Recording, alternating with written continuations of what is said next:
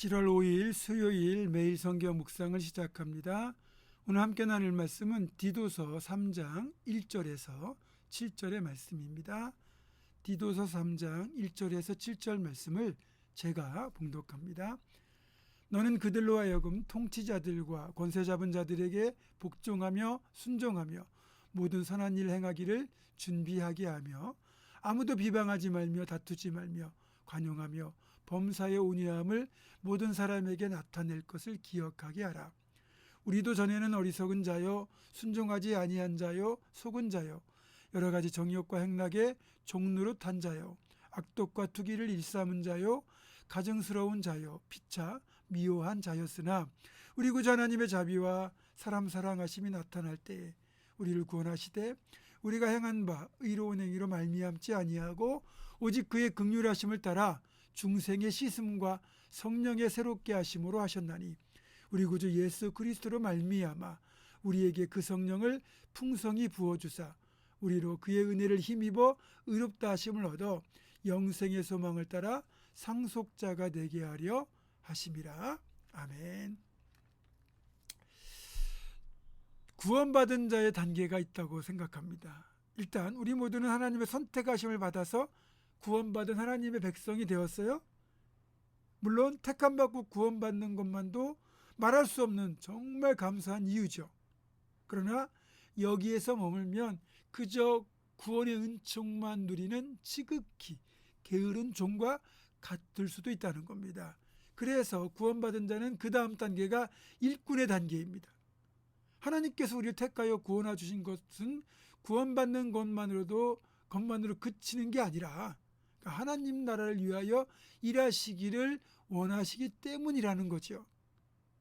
구원받은 자들에게는 하나님의 계획 가운데 하나님의 나라를 위하여 일할 책임이 주어진다는 뜻입니다. 그래서 하나님이 특별한 체험도 주시고 하나님께 가까이 나아갈 수 있는 은혜를 주시는 건데 이게 바로 사명자로의 부르심이다 이렇게 말할 수 있습니다. 그리고 그 세 번째 단계는 자녀의 단계입니다. 자녀는 어떤 존재입니까? 아버지의 집에 당당하게 거할 자격이 있습니다. 여러분 자녀가 자기 집에 들어갈 때 허락받고 들어갈 이유가 없죠. 손님은 허락을 받아야만 그 집에 들어갈 수 있습니다. 그 집에 머무는 건 역시 주인의 허락을 받아야 되죠. 하지만 자녀는 그럴 필요가 없습니다. 그 집에 당당히 거할 수 있고요. 살아갈 수 있습니다. 아버지와 어머니를 마음껏 누립니다. 저희 딸은요. 사전에 약속이 없어도 제가 있는 목양실에 노크하지 않고 불쑥불쑥 들어옵니다. 자녀이기 때문에 누리는 특권이에요. 우리가 하나님의 자녀로서 누리는 혜택은 이루 말할 수 없습니다.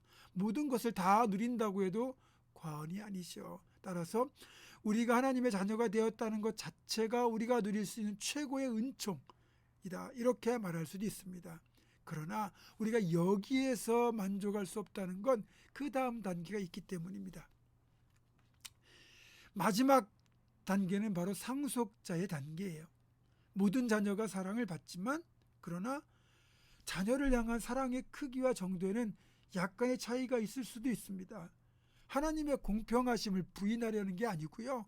상속자가 어떤 은총을 받는 것인가를 설명하려고 하는 겁니다. 잘 들어보세요. 어떤 왕에게 자녀가 10명 있다고 칩시다. 그 중에서 아버지의 왕위를 물려받는 자녀는 몇 명입니까? 1명밖에 없습니다. 상속자라는 개념은 바로 그겁니다. 야곱의 12아들 중에서 상속자의 은총을 받은 자녀는 유다와 요셉밖에 없습니다. 12명의 아들 중에서 아버지의 영적 권위를 물려받은 아들은 네 번째 아들 유다였고요. 그리고 장자가 받을 상속자가 받을 두 몫의 권리를 상속받은 아들은 11번째 아들인 요셉이었습니다. 자녀라고 해서 다 상속자가 되는 것은 아닙니다. 아버지의 특별한 사랑과 선택을 받아야만 가능한 거죠. 감사하게도 저와 여러분은 사실 하나님의 나라를 유업으로 받게 된 하나님 나라의 상속자들입니다. 상속자는 아버지의 권위와 지위, 재산까지 모두 물려받는다는 특권이 있지만 그렇다고 특권만 누리려고 한다면 그것은 상속자의 자격이 없다고 할 수 있습니다. 상속자에게는 아버지로부터 받은 것을 선하게 관리하고 아버지의 기대에 어긋나지 않는 삶을 살아낼 책임이 더불어 주어지기 때문입니다. 야곱의 맏아들, 그러니까 원래는 상속자가 될 수 있었던 가장 유리한 위치에 있던 이 맏아들 르우벤이 어느 날 우리의 상식으로는 있을 수 없는 일을 저질러요. 그건 바로 아버지의 첩이었던 비라라는 여성과 간통을 한 겁니다. 아버지의 침상을 더럽히고 모욕한 거죠. 이 일로 인해서 르우벤은 상속자의 자격을 박탈당하고 맙니다. 상속자의 신분일수록 더 막중한 책임이 주어져 있다는 거예요.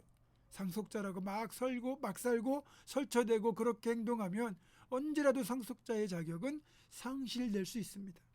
우린 단지 구원받은 백성이나 일꾼 여기서 멈추지 않고 하나님의 자녀로 살아가야 되고 더 나아가 상속자로 살아가야 합니다. 상속자로 살아가려면 그만큼 하나님의 마음을 잘 헤아리고 하나님의 마음에 쏙 들도록 살아가야 됩니다. 사랑하는 성도 여러분, 이렇게 우리를 구원하여 하나님의 백성 삼아주시고 우리를 충성되이 여겨 일꾼 삼아주시고 더 나아가 존귀한 자녀로 불러주셨고 무엇보다 하나님 나라의 상속자로 택해주신 그 크신 은혜에 합당한 삶을 살아갈 수 있기를 주님의 이름으로 축원합니다. 기도하겠습니다. 우리를 구원받은 백성 삼아주시고 일꾼 삼아주시고 자녀 삼아주시고 무엇보다 상속자로 삼아주신 은혜를 감사하며 하나님의 그 선택과 사랑 기대에 어긋나지 않는 정말 신실한 하나님의 사람 상속자답게 살아가는 우리 모두가 되게 하여 주시옵소서. 예수님의 이름으로 기도하옵고 이제는 우리 주 예수 그리스도의 은혜와 하나님의 사랑과 성령의 교통하심이 구원받은 백성을 넘어 일꾼을 넘어 자녀를 지나 상속자답게 살기로 결단하는 사랑하는 모든 성도들 이들의 삶과 가정과 생업과 앞날과 우리 교회 위에 지금부터 영원토록 함께 하시옵기를 간절히 축원하옵나이다. 아멘.